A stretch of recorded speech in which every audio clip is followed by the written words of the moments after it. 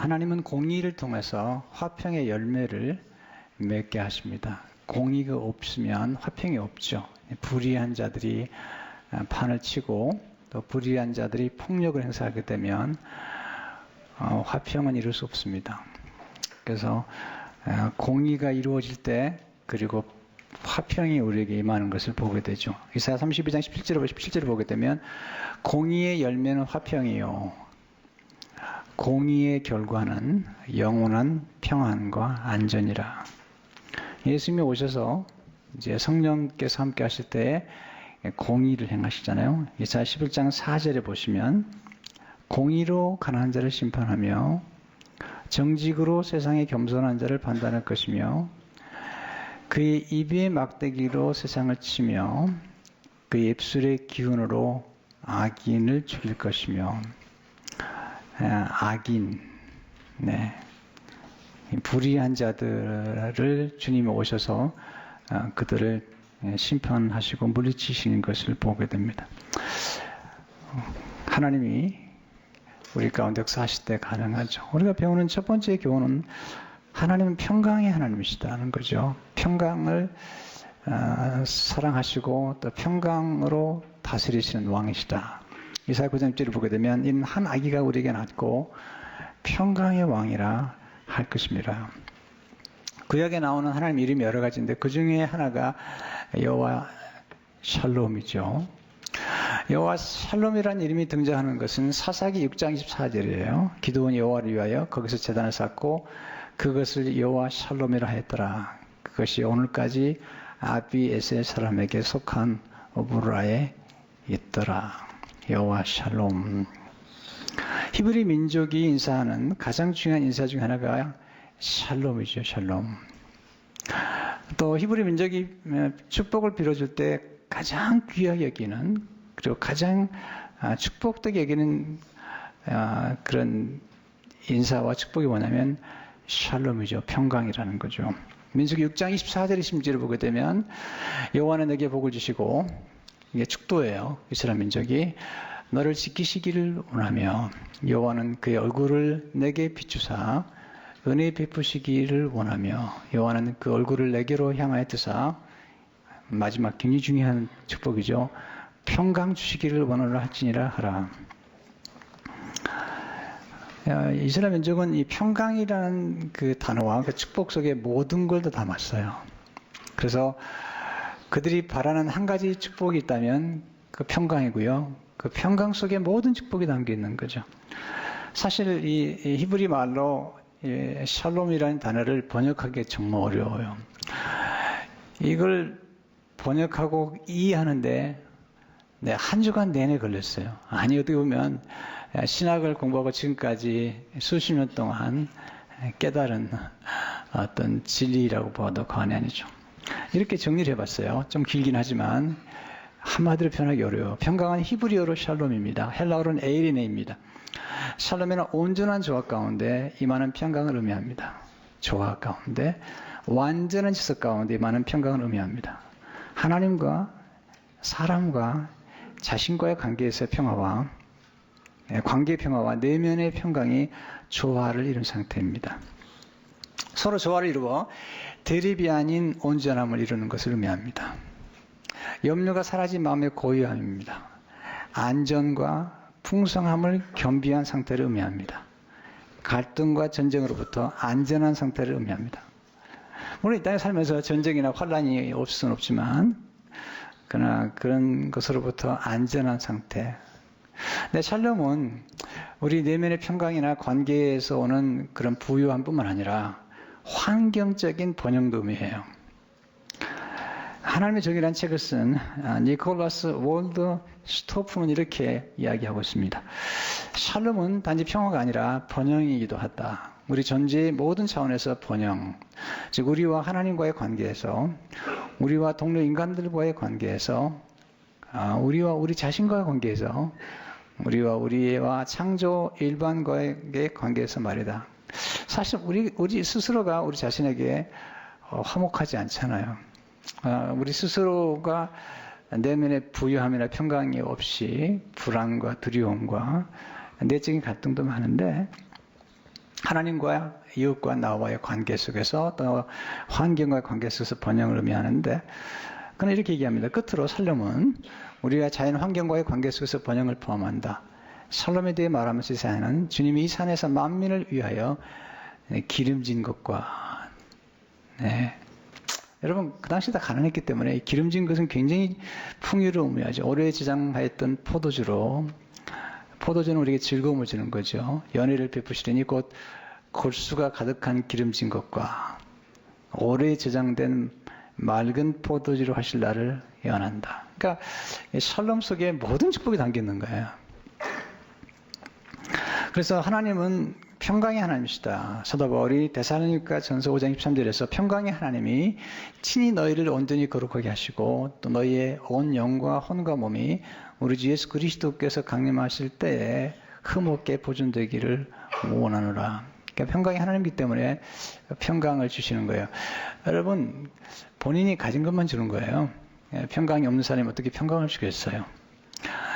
하나님이 평강의 하나님이시기 때문에 우리에게 평강을 주시는 거죠. 요한복음 14장 17절을 보게 되면 평안을 너에게 주노니 곧 나의 평안을 너에게 주노라.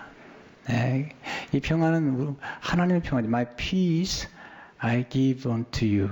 네, 내가 너에게 주는 것은 세상에 주는 것 같지 아니하느니라. 너희는 마음에 근심하지도 말고 두려워하지도 말라. 주님은 우리가 사는 세상에 환난과 전쟁이 있는 거 아세요. 근데 이렇게 말씀하시죠. 16장 33절을 보면 이것을 너에게 이르는 것은 너희로 내 안에서 평안을 누리게 하려 함이라.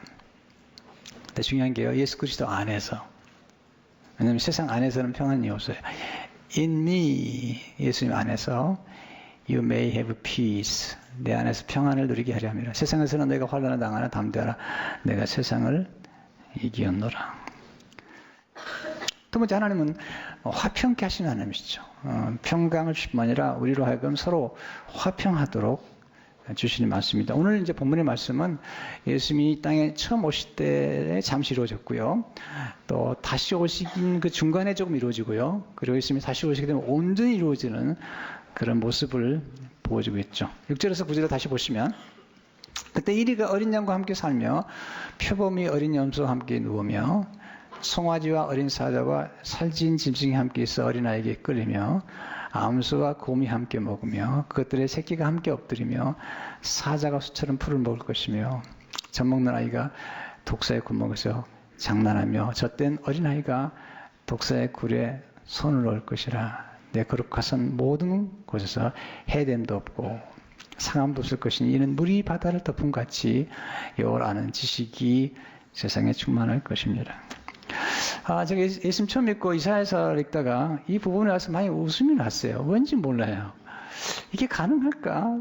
또는 독사의 구멍에서 장난한다는 게 이렇게 놓는 거거든요. 그러니까 평화가 굉장히 중요하죠. 화평이. 그러니까 결코 좋아할 수 없는 그런 짐승들이 좋아하고 또 이것을 영적으로 또 해석하면 결코 조화를 이룰 수 없는 사람들이 모여서 함께 공동체를 이루어서 조화를 이루어가는 모습이죠. 어떻게 가능하죠? 성령이 임할 때 가능한 거죠. 그래서 5장 22, 23절을 보게 되면 어제 성령이 열면은 사랑과 희락과 화평과 성령이 임하시게 되면 사랑이 오게 되고요. 그리고 희락은 기쁨이죠. 화평과 오래 참음과 자비와 양성과 충성과 온유와 절제니 이 같은 것을 금지할 법이 없느니라. 이렇게 성령이 임하시게 되면 이런 놀라운 일들이 이루어지는 것을 경험하게 됩니다. 왜 화평이 중요할까요? 실제로 그리스도 화평은 우리를 행복하게 만들기 때문이죠. 인간의 행복은 어디 있을까요? 관계에 있는 관계. 우리는 소유에 있다고 생각하거나 권력이 있다고 생각하지만 우리가 소유와 권력을 쟁취한 다음에 경험한 게 뭐냐면 관계예요, 관계.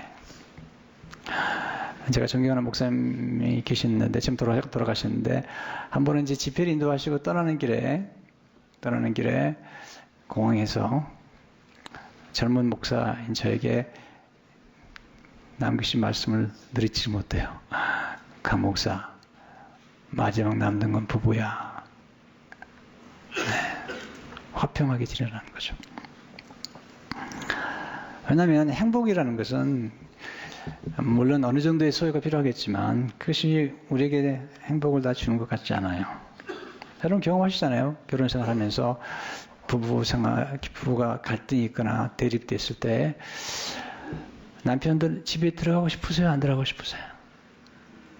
네. 별로 들어가고 싶지 않아요.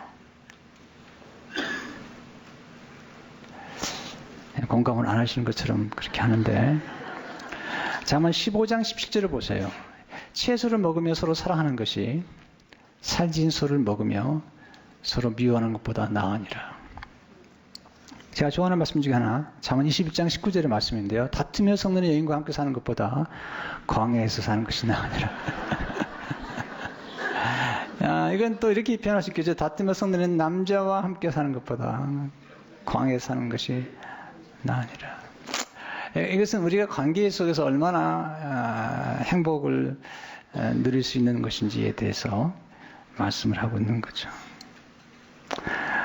이사야는 그리스도가 임할 때 관계가 아름다워지고 심지어는 어린아이들도 독사에 꿀에서 놀이하는 그런 모습들을 보여주고 있는 것을 보게 됩니다. 인간의 주신 선물 중에 하나가 놀이잖아요. 놀이라는 것.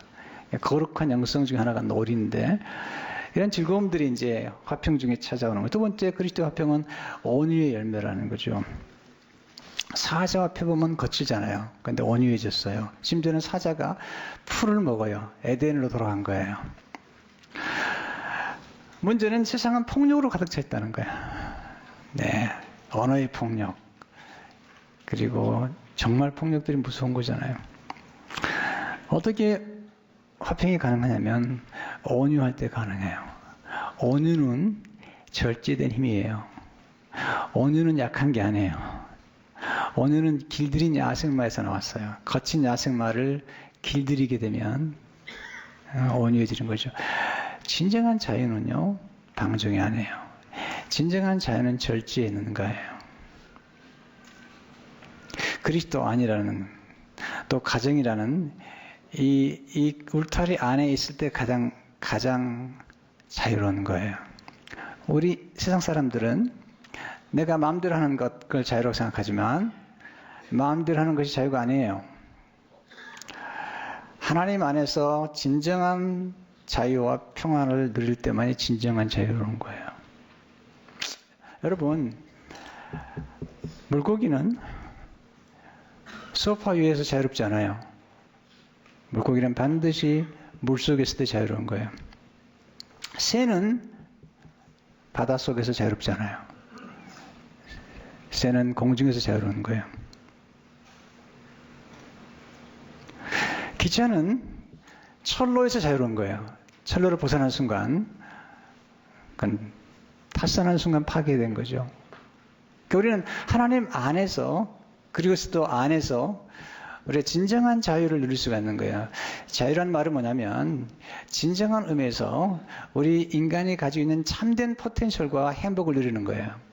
여러분, 물고기는 소파 위에서 행복하지 않아요. 그의 포텐셜, 그의 모든 잠재력이 발휘되지 않아요. 새가 마찬가지죠. 인간도 마찬가지죠. 그리스도 안에 있을 때, 하나님 안에 있을 때 우리 인간은 진정한 잠재력을 발휘할 수 있어요. 그리고 진정한 자유, 네, 섬김의 자유, 스스로 자기를 낮출 수 있는 자유, 그리고 절제함으로 온유할 수 있는 자유, 힘을 오용하지 않거나 남용하지 않으면서 섬긴다는 거죠. 그리고 하나님의 영광을 추구하는 진정한 자유, 네, 차원 높은 지식을 추구하는 자유, 하나님을 진정으로 경배하는 자유. 놀라운 거죠. 주님께서 그렇게 우리가 오셔서 우리 예수님 영접하는 순간 우리 안에 예수님의 DNA가 들어왔어요. 생명이 들어왔죠. 그 생명 중 하나가 마태복음 11장 19절에 보면 나는 마음이 온유하고 겸손하니. 처음 우리가 예수를 영접하면 당장 온유하고 겸손한 성품이 나타나지 않을 수 있지만 정말 예수님 영접했다면,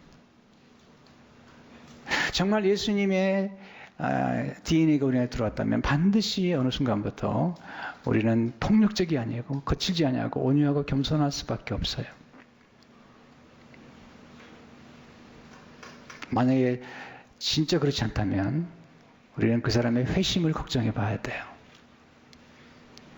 예수 그리스도 안에 태어난다는 것은 거듭나는 그룹이에요. 본어게인 하는 거고요. 본어게인 한다는 것은 왜 중요하냐면, 왜 복음자들이 이렇게 회심을 중요하고 강조하냐면, 왜 주님께서 회개하라, 천국이 가까웠다고 강조하냐면, 우리가 예수 그리스도 안에 성령으로 거듭날 때만 우리는 새로운 생명이 들어가고 우리가 새로운 사람이 되는 거잖아요. 그렇지 않으면 우리가 타락하기 전과 똑같아요. 여러분, 노아의 홍수 사건이 오게 된 이유가 뭐죠? 죄 때문에 왔잖아요. 죄라는 게 무서운 거예요. 아담과 하와가 죄를 범하니까 그 죄의 근본은 교만에 있는 거예요. 또 하나는 불순종에 있는 거죠. 하나님처럼 되겠다는 거예요. 스스로가 삶의 기준을 정하겠다는 거예요. 자기 마음대로 하겠다는 거잖아요. 그 결과가 뭐죠? 점점 악해지는 거예요. 하나님과 불화했죠. 부부가 불화하죠. 네. 점점 악해집니다. 그래서 이제 벌써 창세기 4장만 가도요, 3장에서 4장만 넘어가도 가인이 자기 동생을 죽여요. 왜? 시기에서. 무엇이? 분노로 폭력이 행사하는 거죠. 6장에 가면요, 절정을 이룹니다. 창세기 6장 11절에 오면 그 땅에, 그때 온 땅이 하나님 앞에 부패하여 포악함이 땅에 가득한 줄아. 우리 인간은 강포로 포악하기 그지없잖아요. 잠언 14장 2절을 보니까 그들의 마음은 강포를 품고 그들의 입술은 재앙을 말합니다. 시편 55편 9절을 보니까 내가 성내에서 강포와 분쟁을 보았사오니 주여 그들을 멸하소서, 그들의 혀를 잘라버리소서. 우리 인간의 입술은 독사 같아요. 예수님께서 그래서 바리새인들을 향해서 마태복음 12장 34절에서 독사 자식들아, 너희는 악하니 아들에게 선한 말을 할 수 있느냐. 우리가 거듭난다는 것은 우리의 혀도 거듭나는 거예요. 시편 140편 3절을 보게 되면 뱀같이 그 혀를 날카롭게 하니 그 입술 아래는 독사의 독이 있나이다. 여러분이 사람이 말로 살고 말로 죽는 거예요. 우리 예수 그리스도 안에서 성령으로 거듭나지 않으면, 그래 성령의 능력 안에서 길들이지 않으면 우리는 폭력적인 사람이 될 수밖에 없어요.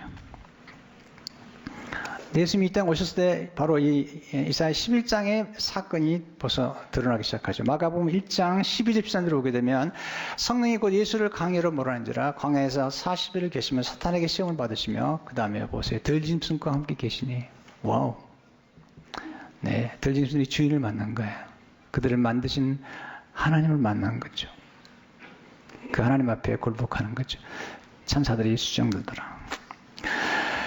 성령 충만을 받게 되면 우리 안에 있는 늑대가, 우리 안에 있는 이의와 우리 안에 있는 사자와 곰과 표범이 온유해지기 시작해요. 성령의 임재 아래서 온유해지는 경험을 하는데, 프랑스가 맺었던 평화 계약이 이사야 54장 10절에 나오죠. 산들이 떠나면 언덕들은 옮길지라도 나의 자비는 내게서 떠나지 않으며 나의 화평의 언약은 흔들리지 않으리라. 너를 긍휼히 여기시는 여호와께서 말씀하시니까. 성령의 역사가 나타나면 화평의 역사가 나타나잖아요. 그리고 자연까지도 때로 순종하잖아요. 바울이 그런 경험을 하잖아요. 네. 섬에서 독사에 물렸는데 죽지를 않는 거예요. 주님 말씀하시는 내 이름으로 내가 귀신을 쫓아내며 새 방언을 말하며 뱀을 집으며 무슨 독을 마시지를 받지 않냐며. 성령의 강한 역사와 하나님의 나라가 임재하고 필요할 때는 하나님이 그렇게 역사하는 것을 보게 되죠. 세 번째, 그리스도 화평은 질투를 극복한 하나님의 사랑이죠. 질투는 무서운 겁니다. 예. 남의 잘 되는 걸 싫어할 뿐만 아니라 경쟁하고 비교하고, 그리고 남의 가지고 있는 것을 빼앗으려고 하는 게 질투예요. 시기와 질투처럼 인간을 파괴하는 게 없어요. 감사처럼 좋은 게 없습니다. 감사는 내가 받은 복을 세워보는 거라면, 질투는 남이 받은 복을 세워보고 있는 거예요. 그리고 부러워하는 정도가 아니라 그 남이 받은 복을 빼앗거나 아니면 그 복을 누리지 못하게 파괴시키는 것, 이게 질투죠. 오늘 본문을 보게 되면 예수 그리스도께서 임하시고 성령이 임할 때 질투가 사라진다는 거죠. 이사야 11장 13절을 보게 되면 에브라임의 질투는 없어지고 유다를 괴롭게 하던 자들은 끊어지며 에브라임은 유다를 질투하지 않으며 유다는 에브라임을 괴롭게 하지 아니할 것이요. 여러분 이거 보세요. 가장 우리가 화평을 누리기 어려운 대상이 형제예요. 에브라임과 유다는 형제잖아요. 에브라임은 요셉의 아들이죠. 요셉이 둘째 아들인데 나중에 첫째 아들처럼 입양이 되죠. 문제는 뭐냐면 요셉의 아들 가운데 에브라임이 요셉이 애굽 여자하고 함께 결혼해서 난 사람이에요. 그러니까 다른 형제들은 그 아들의 정통성을 인정하지 않는 거예요. 그러니까 하나님의 놀라운 섭리 가운데 구속의 드라마를 깨달았던 야곱이 나중에 12지파 가운데 요셉의 이름을 오히려 빼고 요셉의 두 아들을 입양시킵니다. 첫 번째 아들이 므낫세인데 오히려 차자인 에브라임을 장자로 세워요. 그래서 북이스라엘을 움직이게 만듭니다. 그래서 에브라임이 굉장히 힘이 셌는데 어느 날 보니까 하나님이 유다를 통해서 이루는 역사를 보면서 에브라임과 유다가 서로 질투하는 관계가 된 거죠. 근데 그리스도께서 오심으로 이 두 관계를 하나로 만들었고 또 성령께서 오심으로 모든 멸방이 하나가 되도록 그렇게 말씀하고 역사하는 걸 보게 되죠. 이 모습이 이사야 11장 10절 13절의 모습인데요. 그날에 이새의 뿔에서 한 싹이 나서 만민의 기치로 설 것이요. 기치란 말은 깃발이에요. 배너란 말이에요. 항상 전쟁을 나갈 때 깃발이 중요한데 그 깃발을 보면 어느 날인지 아쉽잖아요. 근데 십자가에서 만민의 기치가 설 것인데 열방이 그에게로 돌아오리니 그가 거한 곳이 영화로우리라. 그날에 주께서 다시 그의 손을 펴사 그의 남은 백성을 아수르와 애굽과 바드로스와 구수. 구수는 아프리카거든요. 바드로스와 구수. 엘람과 시날은 메소포타미아. 애굽과 바드로스와 구수와 엘람과 시날과 하맛은 팔레스타인인데 바다섬에서 돌아오게 하실 것이라. 이런 나라들이 하나가 되는 경험하는 게 언제냐면 오순절 날이에요. 바벨탑 사건 때문에 언어가 혼돈됐는데 성령이 임하시면서 천하 만국에서 왔던 그리고 그 오순절을 경험했던 사람들이 거기서 성령에 의해서 모든 나라 각 방언이 하나로 깨닫게 되죠. 왜냐하면 성령께서 역사하시면 각 나라 방언으로 말하게 하심으로 그런 결과를 가져오게 되잖아요. 그러니까 이렇게 성령의 역사가 나타나면 하나 되게 하시고 연합하게 하시고 그리고 화평케 하신다는 거죠. 자, 세 번째, 하나님은 화평케 하시기 위해서 십자가에서 피를 흘려 주셨어요. 여러분, 하나님의 진노를 누구를 반드시 화목제물에 드려야 되고요. 또 누군가가 화목하려면 한 사람이 희생을 해야 돼요. 아니면 중보자가 있어야 돼요.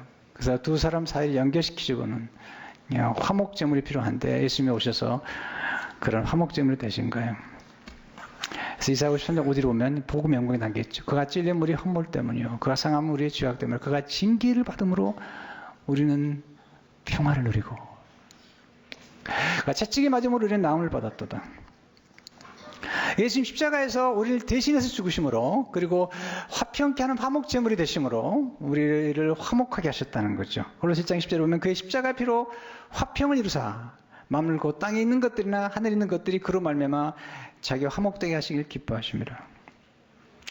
예수님 우리 화평이신데 에베소 2장 14절에 보니까 그는 우리의 화평이신지라 둘로 하나를 만드사 원수된 것 곧 중간에 막힌 담을 자기 육체로 하시고 여러분 예수 그리스도께서 가정의 주인이 될 때 그리고 우리 안에서 우리를 다스릴 때 우리는 진정한 화평을 누릴 수가 있죠. 왜냐하면 예수님의 피가 우리의 모든 죄를 사하기 때문에 여러분 반드시 화평이 있기 전에 용서가 있어야 돼요. 용서가 없이는 화평이 없는 거죠. 여러분 용서 없이 화해가 있을 수 없잖아요. 용서가 있는 곳에 화해가 있잖아요. 근데 모든 용서는 십자가의 피로 이루어지는 거예요. 제가 새벽기도 때 말씀드린 적이 있는데요. 인류 역사상 아주 인간이 만든 발명품이 많죠. 뭐 전기도 있고, 뭐 컴퓨터도 있고, 뭐 굉장히 많은데 역사가들은 인류 역사상 가장 위대한 발명품이 있다면 그것은 지우개라는 거예요. 지우개.